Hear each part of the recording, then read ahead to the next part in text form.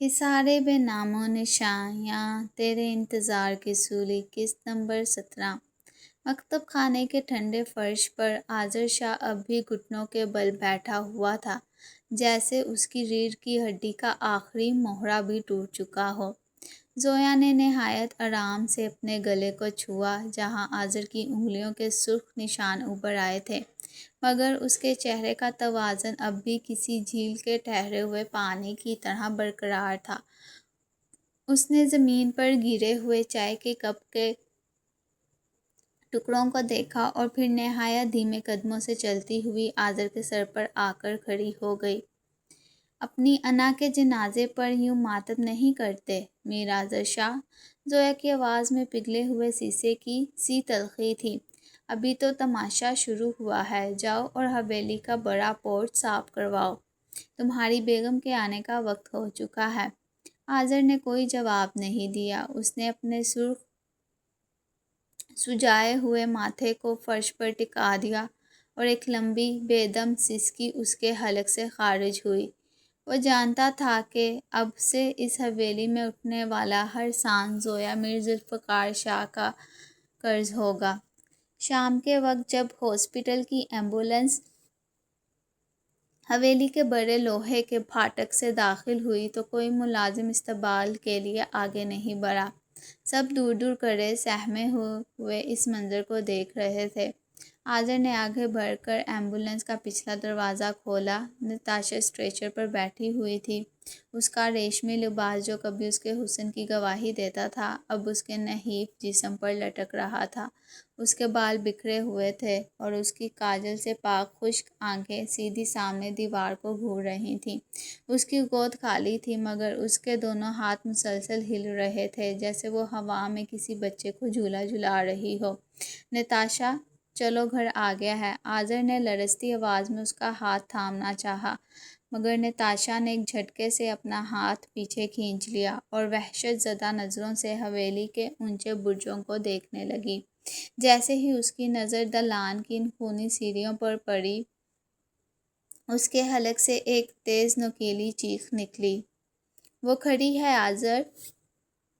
وہ دیکھو، اس کے ہاتھ میں میرا بچہ ہے، وہ اسے مزار کی مٹی میں دبا رہی ہے، اسے روکو آذر، اسے روکو! نتاشا کی یہ دیوانہ وار چیخیں حویلی کے در و دیوار سے ٹکرا کر واپس آ رہی تھیں۔ میر افتخار اپنے کمرے کی کھڑکی سے یہ سب دیکھ رہے تھے اور ان کی آنکھوں سے بہنے والے آنسو ان کی دھاڑی کو بھگو رہے تھے۔ ان کا اکلوتا بیٹا اور ان کی بہو آج مٹی کا وہ ڈھیر بن چکے تھے جس پر جاگیرداری کا تاج کبھی نہیں سج سکتا تھا۔ آذر نے نتاشا کو زبردستی اپنے کاندھے کا سہارا دیا اور اسے دالان کے راستے اندرونی کمرے کی طرف لے جانے لگا۔ جب وہ سیڑھیوں کے پاس پہنچا تو زویا وہیں کھڑی تھی۔ اس نے اپنے سر پر سفید دوپٹے کو مضبوطی سے باندھ رکھا تھا اور اس کی بڑی سیاہ آنکھیں نتاشا کے ذہنی توازن کو دیکھ رہی تھی۔ نتاشا زویا کو دیکھتے ہی آذر کے پیچھے چھپ گئی اور لرزتے ہوئے بولی، مجھے مت مارو، میں اب ملکہ نہیں بنوں گی، میں چلی جاؤں گی، میرے بچے کو واپس کر دو۔ زویا نے گہرا سانس لیا۔ اس کے تیکھے نگوش پر ایک پل کے لیے رحم کا سایہ لہرایا مگر اگلے ہی پل وہ دوبارہ پتھر کی مورت بن گئی۔ اسے اندر لے جاؤ آذر شاہ، اور یاد رکھنا یہ کمرہ اب اس حویلی سے باہر نہیں کھلے گا۔ رات کے آخری پہر حویلی کے پچھلے حصے میں بنے خفیہ گودام میں میر افتخار شاہ کسی کا انتظار کر رہے تھے۔ اندھیرا بہت گہرا تھا اور صرف ایک چھوٹی سی ٹارچ کی روشنی زمین پر پڑ رہی تھی۔ کچھ ہی دیر میں ایک بھاری وجود اندھیرے سے نکل کر سامنے آیا۔ وہ سیٹھ کامران تھا جس کا پورا بزنس زویا نے شوگر ملز کے اکاؤنٹس بلاک کر کے تباہ کر دیا تھا۔ میر افتخار صاحب، آپ کی بربادی میں اب کسر ہی کیا بچی ہے؟ سیٹھ کامران نے تلخ لہجے میں کہا۔ اس لڑکی نے مجھے سڑک پر لا کھڑا کیا اور آپ کے بیٹے کو اپنا غلام بنا لیا ہے۔ اگر اب بھی ہم نے کوئی بڑا نہ اٹھایا تو ہم دونوں کا نام اس علاقے کی تاریخ سے مٹ جائے گا۔ میر افتخار نے اپنے دانت بھینچے، ان کا چہرہ مٹی کے لیمپ کی روشنی میں کسی بھیڑیا جیسا لگ رہا تھا۔ میں میر جلال شاہ کا بیٹا ہوں کامران، میں نے اپنے خاندان کا چراغ گل ہوتے دیکھا ہے، اب مجھے اپنی زندگی کی کوئی پرواہ نہیں ہے۔ تو پھر پلان کیا ہے؟ سیٹھ کامران نے قریب ہو کر پوچھا۔ پرسوں زویا اور اس کا بھائی دانیال ملز کی نئی برانچ کے سلسلے میں شہر کے ہائی وے سے گزریں گے۔ میر افتخار کی آواز میں زہر گھولا تھا۔ وہاں کوئی قانون نہیں ہوگا، کوئی حویلی کے گارڈز نہیں ہوں گے۔ میں نے اپنے پرانے وفادار شوٹرز کو تیار کر لیا ہے۔ اس بار گاڑی پر فائرنگ نہیں ہوگی، اس بار پوری گاڑی کو ہائی وے کے پل سے نیچے گرا دیا جائے گا۔ زویا اور دانیال کا نام و نشان اس دنیا سے مٹ جائے گا اور وہ ڈائری خود بخود ہمارے ہاتھ آ جائے گی۔ سیٹھ کامران کے لبوں پر ایک شفاف مسکراہٹ ابھری۔ یہ آخری وار ہے میر صاحب، اس بار خطا کی کوئی گنجائش نہیں ہے۔ وہ دونوں اندھیرے میں ہاتھ ملا رہے تھے، مگر وہ یہ نہیں جانتے تھے کہ حویلی کی دیواروں کے بھی کان ہوتے ہیں، اور زویا میر ذوالفقار شاہ کی بساط کا اگلا مہرہ پہلے ہی ان کے اس آخری وار کا منتظر تھا۔ جمعرات کی صبح آسمان پر گہرے سرمئی بادل چھائے ہوئے تھے اور ہوا میں ایک عجیب سی خنکی تھی جو کسی آنے والے طوفان کا پتہ دے رہی تھی۔ حویلی کے مرکزی پورچ میں زویا کی کالی ہائیلکس گاڑی اسٹارٹ کھڑی تھی۔ دانیال اضطراب کی حالت میں گاڑی کے بونٹ کے پاس چکر کاٹ رہا تھا۔ اس کی نظریں بار بار دالان کے بڑے دروازے کی طرف اٹھ رہی تھیں جہاں سے زویا کو آنا تھا۔ جب زویا باہر نکلی تو اس کے اعصاب کی مضبوطی اس کے چہرے سے عیاں تھی۔ اس نے سفید ململ کا لباس پر گہرے سبز رنگ کی شال اوڑھ رکھی تھی جو اس کے وجود کو ایک روایتی رعب دے رہی تھی۔ اس کی بڑی کاجل لگی سیاہ آنکھیں بالکل پرسکون تھیں اور لبوں پر وہی ابدی برفانی مسکراہٹ لہرا رہی تھی۔ آپی، ہم آج شہر نہیں جا سکتے، دانیال نے زویا کے قریب آ کر انتہائی دھیمی آواز میں کہا۔ اس کا چہرہ خوف سے زرد ہو رہا تھا۔ سرفراز نے مجھے ابھی مزار کے پیچھے والے راستے پر روکا تھا۔ اس نے میر افتخار اور سیٹھ کامران کے بندوں کو اسلحہ لوڈ کرتے دیکھا ہے۔ آپی، ہائی وے کے پل پر انہوں نے ناکہ لگانے کا پلان بنایا ہے، وہ ہمیں زندہ نہیں چھوڑیں گے۔ زویا نے دانیال کو دیکھا، اس کی گھنی سیاہ پلکیں ایک پل کے لیے جھکیں اور پھر جب اٹھیں تو ان میں کوئی خوف نہیں تھا بلکہ ایک شاطرانہ چمک تھی۔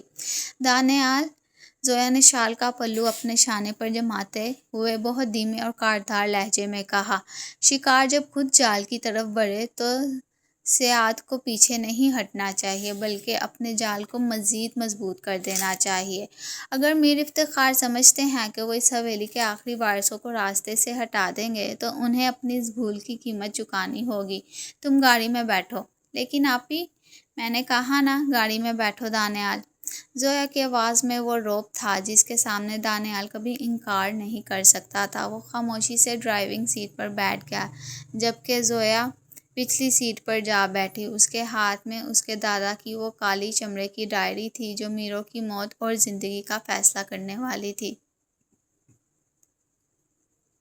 حویلی سے نکل کر جب گاڑی مین ہائی وے پر چڑھی تو دانیال نے مسلسل ریئر ویو مرر شیشے میں نظریں جمائے رکھی۔ سڑک بالکل سنسان تھی اور ارد گرد صرف سفیدی کے درخت ہوا میں جھول رہے تھے۔ تقریباً 20 منٹ کے سفر کے بعد دانیال کے ہاتھ اسٹیئرنگ وہیل پر جم گئے۔ پیچھے سے دو تیز رفتار بغیر نمبر پلیٹ کی کالی گاڑیاں نمودار ہوئیں اور انہوں نے زویا کی گاڑی کا پیچھا کرنا شروع کر دیا۔ آپی، وہ آ گئے۔ دانیال کی آواز حلق میں پھنس گئی۔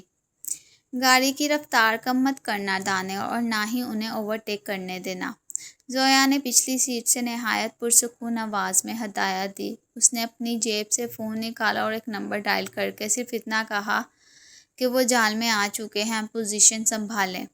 جیسے ہی ہائی وے کا وہ مشہور پل شروع ہوا جس کے نیچے سافٹ گہری کھائی اور پتھریلا دریا تھا، پیچھے والی گاڑیوں نے زویا کی گاڑی کو دونوں طرف سے گھیرنے کی کوشش کی۔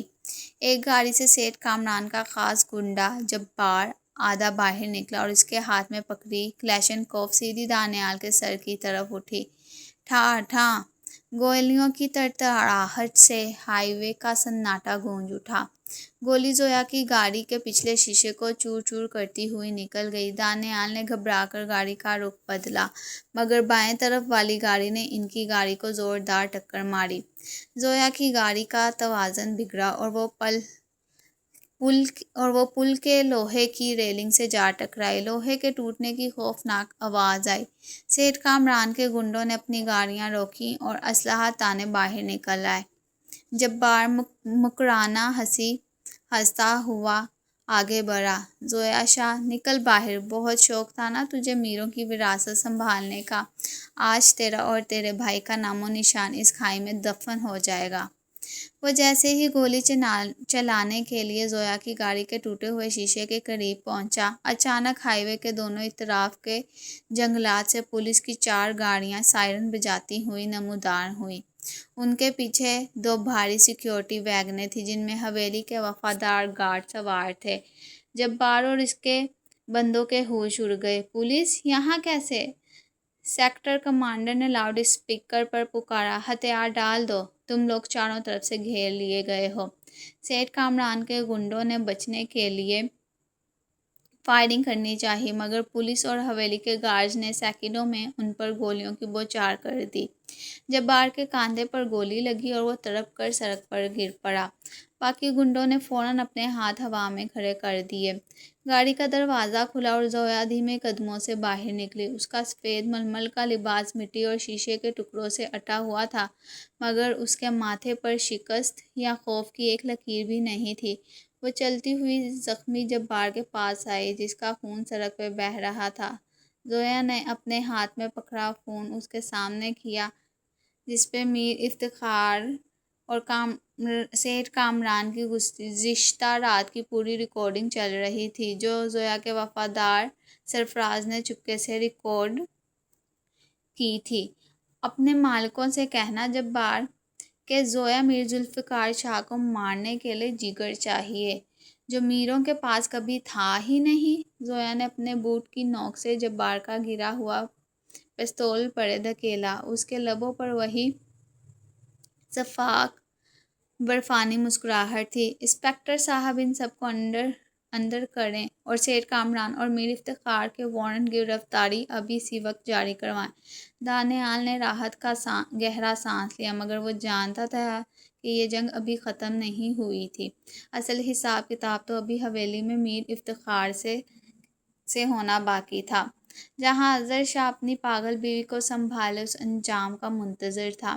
حویلی کا بڑا لوہے کا پھاٹک جب دوبارہ کھلا تو اس بار شور گولیوں کا نہیں، بلکہ پولیس کی گاڑیوں کے سائرن کا تھا۔ آسمان پر چھائے سرمئی بادل اب مزید گہرے ہو کر حویلی کے اونچے برجوں پر جھک آئے تھے، جیسے قدرت خود اس خاندانی غرور کے آخری انجام کی گواہی دینے والی تھی۔ اظہر شاہ دلان کے ستون سے ٹیک لگائے کھڑا تھا، اس کی نظریں پورچ میں رکتی کالی ہائلکس پر جم گئیں۔ گاڑی کا پچھلا دروازہ کھلا اور زویا دھیمے قدموں سے باہر نکلی۔ اس کی سبز شال پر مٹی کے داغ تھے اور اس کے ململ کے لباس پر شیشے کے باریک ذرات چمک رہے تھے، مگر اس کے ماتھے کا جلال اور اس کی بڑی سی آنکھوں کا ٹھہراؤ چیخ چیخ کر کہہ رہا تھا کہ وہ موت کے منہ سے سر خرو ہو کر لوٹی ہے۔ انسپکٹر ساجد نے گاڑی سے اترتے ہی اپنے جوانوں کو اشارہ کیا، حویلی کے تمام راستے بند کر دو، میر افتخار شاہ کو گرفتار کیا جائے۔ اظہر کا خون مجمد ہو گیا۔ وہ دیوانہ وار سیڑھیاں اتر کر زویا کے سامنے آ کھڑا ہوا۔ یہ کیا بدتمیزی ہے زویا، میرے باپ کو پولیس کیوں گرفتار کر رہی ہے؟ زویا اپنی جگہ پر رکی، اس کی کاجل لگی آنکھوں میں اظہر کے لیے وہی پرانی کاردار تصدیق ابھری۔ میر اظہر شاہ، اپنے باپ سے پوچھو، جس نے سیٹھ کامران کے ساتھ مل کر ہائی وے پر میری اور دانیال کی موت کا سودا کیا تھا۔ اگر قانون پر یقین نہیں آتا تو انسپکٹر صاحب سے کہو کہ تمہیں جبار کا اعترافی بیان سنوا دیں۔ اظہر کے پیروں تلے سے زمین نکل گئی، وہ پیچھے ہٹا، اس کا چہرہ زرد پڑ چکا تھا۔ وہ جان گیا تھا کہ اس کے باپ نے زویا کو مٹانے کی آخری اور سب سے بڑی غلطی کر دی تھی، جس کا انجام اب ان کے پورے خاندان کو مٹی میں ملانے والا تھا۔ میں گرفتار نہیں ہوں گا۔ میر جلال شاہ کا بیٹا کبھی ہتکڑیوں میں شہر نہیں جائے گا۔ اچانک حویلی کی دوسری منزل کے کوریڈور سے ایک گرجدار آواز گونجی۔ میر افتخار اپنے کمرے کی بالکونی پر کھڑے تھے، ان کے لرزتے ہوئے ہاتھوں میں ان کی پرانی خاندانی سنگل بیرل رائفل تھی، جس کا رخ سیدھا نیچے کھڑے انسپکٹر ساجد کی طرف تھا۔ ان کی داڑھی